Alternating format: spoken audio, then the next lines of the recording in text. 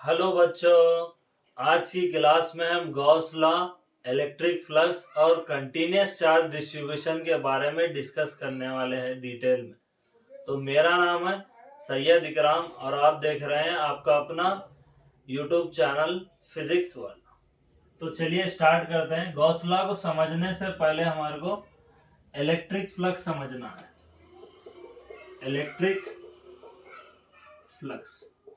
Electric flux क्या होता है? The number of electric field lines passing through an area normal to the surface। किसी भी area से number of electric field lines अगर पास हो रहे हैं तो वो एरिया का इलेक्ट्रिक फ्लक्स होता है। फॉर एग्जांपल, ये हमारे पास एक एरिया है, यहाँ से एक इलेक्ट्रिक फील्ड लाइंस एंटर करे और ये फेस से एग्जिट करे, ये फेस से एंटर करे और ये फेस से एग्जिट करे और ये इंटर और एग्जिट कंटिन्यूस हो गए। ये इलेक्ट्रिक फील्ड है, इसको हम क्या बोलते हैं? इलेक्ट्रिक फ्लक्स बोलते हैं। ये number of electric field lines की क्वांटिटी को क्या बोलते हैं हम? Electric flux. Number of electric field lines passing through an area normal to the surface is known as electric flux. अब इलेक्ट्रिक फ्लक्स के बहुत सारे फॉर्मूले होते हैं। फॉर्मूला समझने के लिए एक स्मॉल एरिया हमको कंसिडर करना है, कोई भी शेप का हो सकता है। ये शेप का हम एक स्मॉल एरिया ले लिया, ये स्मॉल रीजन पे इलेक्ट्रिक फ्लक्स हमारे को निकालना है। तो ये रीजन पे इलेक्ट्रिक फ्लक्स निकालने के लिए एरिया वेक्टर होना जरूरी है। एरिया वेक्टर हमेशा परपेंडिकुलर या फिर हम बोल सकते हैं नॉर्मल टू द सरफेस होता है। और एरिया वेक्टर अगर स्मॉल पार्ट का है तो इसको हम ds से डिनोट करते हैं। अगर टोटल निकालें हम तो s एरिया वेक्टर होता है।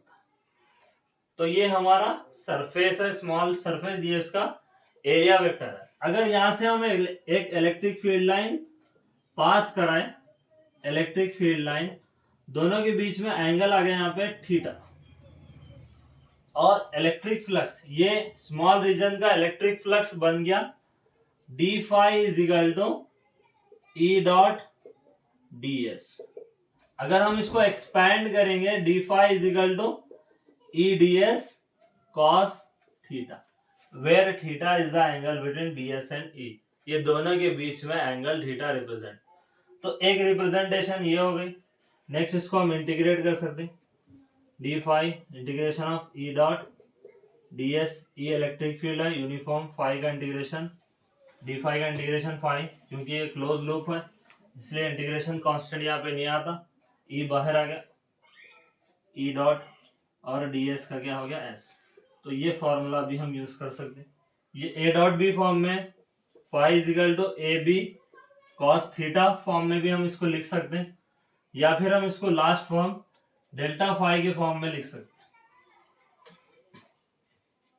Delta phi is equal to होता है ई डॉट डेल्टा एस। तो ये तीन फॉर्म में हम इलेक्ट्रिक फ्लक्स को रिप्रेजेंट करते हैं। इलेक्ट्रिक फ्लक्स फाई से रिप्रेजेंट होता है। तो ये तीन टाइप के फॉर्मूले। तो ये इलेक्ट्रिक फ्लक्स है जो कि गॉस लॉ में यूज होने वाला है।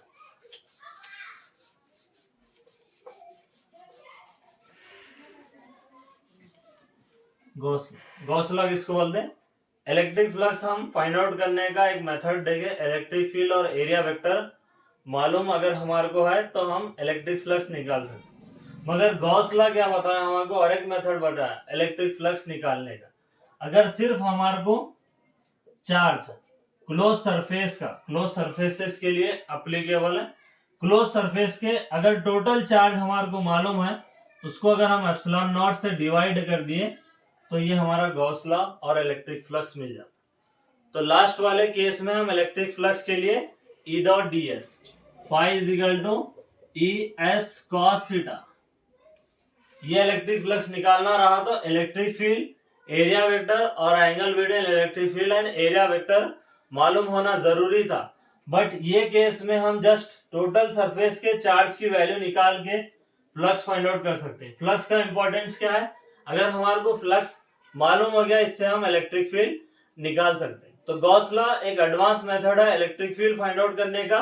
कोलम्स लॉ हम एक मेथड पढ़े, वो एडवांस मेथड नहीं है, वो नॉर्मल मेथड है इलेक्ट्रिक फील्ड फाइंड आउट करने का। तो अब इसका हम स्टेटमेंट देखेंगे। गॉस लॉ का स्टेटमेंट क्या बोलता है? The total electric flux over any close surface is equal to 1 by epsilon naught times the total charge, यानी टोटल फ्लक्स, इन शॉर्ट लिख दे रहा हूं मैं, total flux over any closed surface is 1 by epsilon naught times the total charge. 1 by epsilon naught times the total charge के बराबर है, यानी अगर इलेक्ट्रिक फ्लक्स मालूम होना है तो टोटल सरफेस पे चार्ज मालूम हो गया, उसको एप्सिलॉन नॉट से डिवाइड कर दिए तो टोटल फ्लक्स मिल जाता है। अब इसका एक छोटा सा प्रूफ है, मैथमेटिकल प्रूफ, जिससे हम phi is equal to Q by epsilon naught proof कर सकते हैं। तो गॉस लॉ एप्लीकेबल है 3D सरफेसेस के लिए, 2D सरफेसेस के लिए एप्लीकेबल नहीं है। जैसा कि सर्कल है, सर्कल पे ये एप्लीकेबल नहीं है, इसके लिए स्फीयर होना पड़ता है, इसके लिए क्यूब होना पड़ता है। 3D क्लोज सरफेसेस के लिए गॉस लॉ एप्लीकेबल है। तो हम प्रूफ में देखेंगे, प्रूफ में हम एक स्फीयर कंसिडर करेंगे, यानी एक चार्ज कंसिडर करेंगे। ये वाले रीजन पे एक पॉजिटिव चार्ज को हम प्लेस करेंगे। ये पॉजिटिव चार्ज अपने अराउंड में आउटवर्ड इलेक्ट्रिक फील्ड बनाता है। अब हमारे को इलेक्ट्रिक फ्लक्स या इलेक्ट्रिक फील्ड निकालना रहा, तो यहाँ पे एक स्फीयर ड्रॉ कर देंगे, ये फील्ड लाइंस को रफ कर देंगे, एक स्फीयर ड्रॉ करेंगे।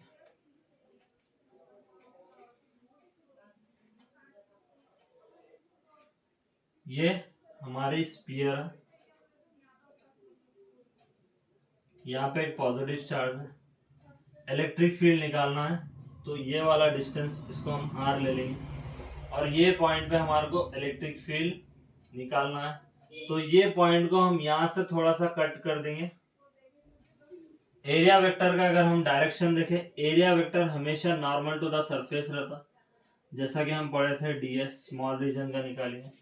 इलेक्ट्रिक फील्ड का डायरेक्शन देखें, पॉजिटिव चार्ज पे ये पॉइंट पे इलेक्ट्रिक फील्ड आउटवर्ड डायरेक्शन बना, तो ये आउटवर्ड डायरेक्शन हो गया इलेक्ट्रिक फील्ड। फिगर से क्लियरली मालूम हो रहा है इलेक्ट्रिक फील्ड और एरिया वेक्टर सेम डायरेक्शन में, तो ये हमारा एक स्फेरिकल सरफेस हो गया। तो इलेक्ट्रिक फ्लक्स अगर हम यहाँ पे निकाले, D phi is equal to E D S cos theta होता, यहाँ पे थीटा 0 डिग्री होता है, theta 0 degree and cos 0 degree is equal to क्या हो गया 1 हो गया। देन डी फाई की वैल्यू क्या हो गई, ई डी एस हो गया, कॉस 0 तो 1 हो गया। देन इसको हम इंटीग्रेट करेंगे, integration of D phi integration of E D S, then integration of D phi is phi, integration of S is D S is S.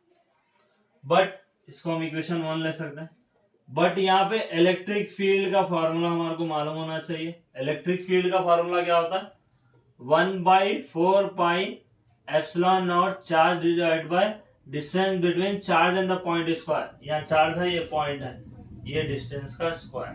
तो ये electric field due two point charge का formula है, यानी एक charge की वजह से उसके किसी पॉइंट पे इलेक्ट्रिक फील्ड निकालने का फॉर्मूला। अगर हमारे को ये डिस्टेंस नोन है तो अगर डिस्टेंस x है तो एक्स स्क्वायर लिखना, आर है तो आर स्क्वायर। तो ये वैल्यू ये इक्वेशन में सब्स्टिट्यूट करो, phi is equal to E की वैल्यू हो गई 1/4 pi epsilon naught cube by r square. यहाँ पे हम इलेक्ट्रिक फील्ड सब्स्टिट्यूट कर दे, S stand for surface area of the sphere. What is the formula for surface area of sphere, 4 pi r square. 4 pi get cancel, pi r square sorry r square get cancel. So phi is equal to Q by epsilon not, ये हमारा Gauss law हो गया,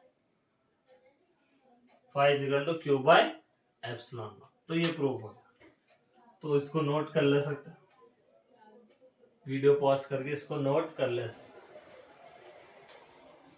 चलिए next topic पे move करते हैं।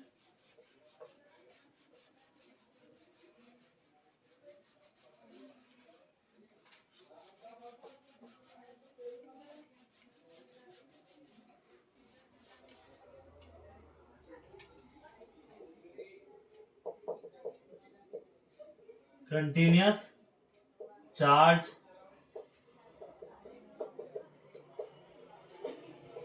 Distribution, continuous charge distribution. Discontinuous charge distribution भी रहता है, कंटिन्यूअस चार्ज डिस्ट्रीब्यूशन भी रहता है। कंटिन्यूअस चार्ज डिस्ट्रीब्यूशन मीन्स ये कंडक्टर पे चार्जेस यूनिफॉर्मली डिस्ट्रीब्यूटेड है, सो हम कंटिन्यूअस चार्ज डिस्ट्रीब्यूशन बोलते हैं।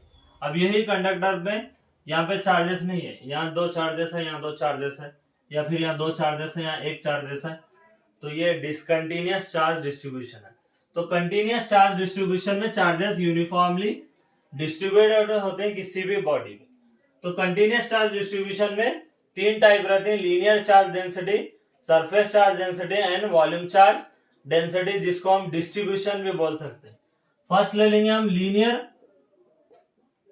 लीनियर चार्ज डेंसिटी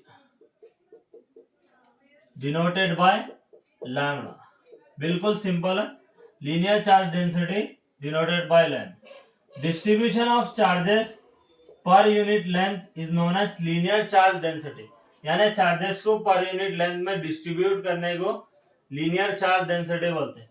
तो उसके लिए हम एक कंडक्टर कंसिडर कर सकते हैं, या वायर भी बोल सकते हैं। एक वायर के ऊपर अगर चार्जेस यूनिफॉर्मली डिस्ट्रीब्यूटेड है तो ये लीनियर चार्ज डेंसिटी है। अगर हम इसकी एसआई यूनिट लिखें, SI unit of linear charge density, charge की क्या आती है, एसआई यूनिट कूलम आती है, और लेंथ की metre, coulomb per metre is the SI unit of linear charge density. तो इसमें ये इसका हम और एक फॉर्म लिख सकते हैं, lambda is equal to Q divide by DL, D Q divide by DL. यहाँ पे डीएल क्या होता है, लेंथ एलिमेंट होता है। डीएल क्या इंडिकेट करता है, यहाँ पे लेंथ एलिमेंट को इंडिकेट करता है। Length is a scalar quantity, length element is a vector quantity. तो चलिए नेक्स्ट डिस्ट्रीब्यूशन को देखेंगे हम, surface charge distribution denoted by sigma, या फिर सरफेस चार्ज डेंसिटी।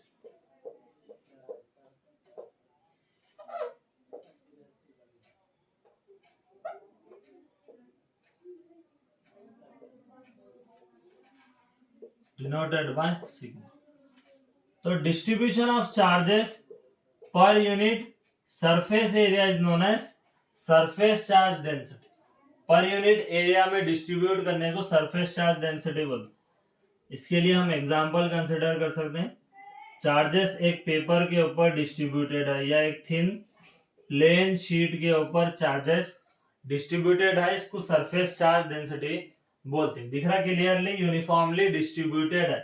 अगर हम इसकी एसआई यूनिट लिखे, चार्ज की कॉलम एरिया की metre square, coulomb per metre square is the SI unit of surface charge density. Third वाला है हमारे पास वॉल्यूम चार्ज डेंसिटी और डिस्ट्रीब्यूशन, डिनोटेड बाय रो।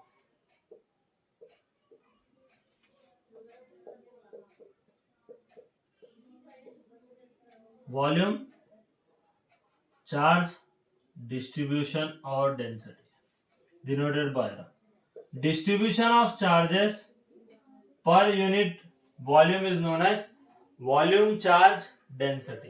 पर यूनिट वॉल्यूम में अगर चार्जेस डिस्ट्रीब्यूटेड है, जिसको हम क्या बोलते हैं, वॉल्यूम चार्ज डेंसिटी बोलते हैं। इसके लिए हम एक स्फीयर कंसिडर कर सकते हैं। स्फीयर मतलब इसका अंदर का जो रीजन है वो राउंड है, यानी बॉल के जैसा, अंडरस्टूड। तो यहाँ पे अगर चार्जेस इसके अराउंड में डिस्ट्रीब्यूटेड है यूनिफॉर्मली, तो ये वॉल्यूम चार्ज डेंसिटी में आता है। अगर हम इसकी एसआई यूनिट देखें, एसआई यूनिट क्या आती है, चार्ज की कॉलम, वॉल्यूम की metre cube, coulomb per metre cube is the SI unit of volume charge density और डिस्ट्रीब्यूशन। समझ में आ रहा? तो ये हमारा था।